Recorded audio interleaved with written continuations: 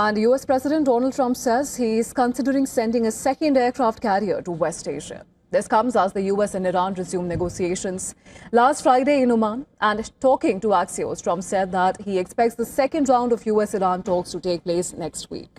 But the US president added that he's also considering sending a second aircraft carrier strike group to prepare for military action if negotiations with Iran fail. He said either we'll make a deal or we'll have to do something very tough like last time. As you know, we have a massive flotilla right now going over to Iran. We'll see what happens. I think they want to make a deal. I think they'd be foolish if they didn't. We took out their nuclear power last time, and we'll have to see if we take out more this time. The USS Abraham Lincoln and its strike group is already in the region, but there is no clarity on which aircraft carrier might join it. The USS George H.W. Bush is currently at the U.S. eastern coast of Norfolk at a training exercise ahead of a scheduled deployment. The U.S. already has a massive military presence around Iran. It has bases in Jordan, Qatar and Iraq that can be used to launch aerial attacks.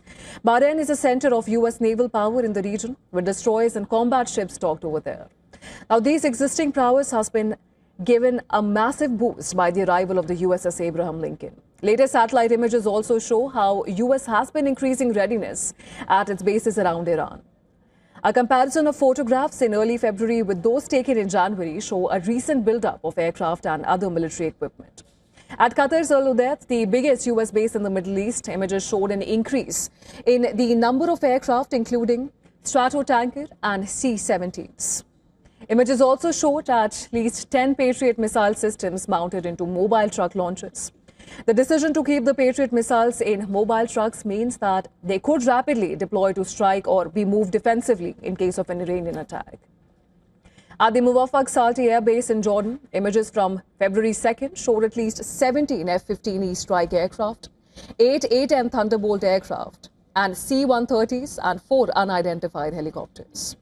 At another location in the same base, pictures showed C-17 and C-130 aircraft, as well as 4 Growler electronic warfare aircraft. Pictures of that location on January 25th had not shown any aircraft. At Prince Sultan Base in Saudi Arabia, images on February 2nd showed a C-5 Galaxy and a C-17 aircraft.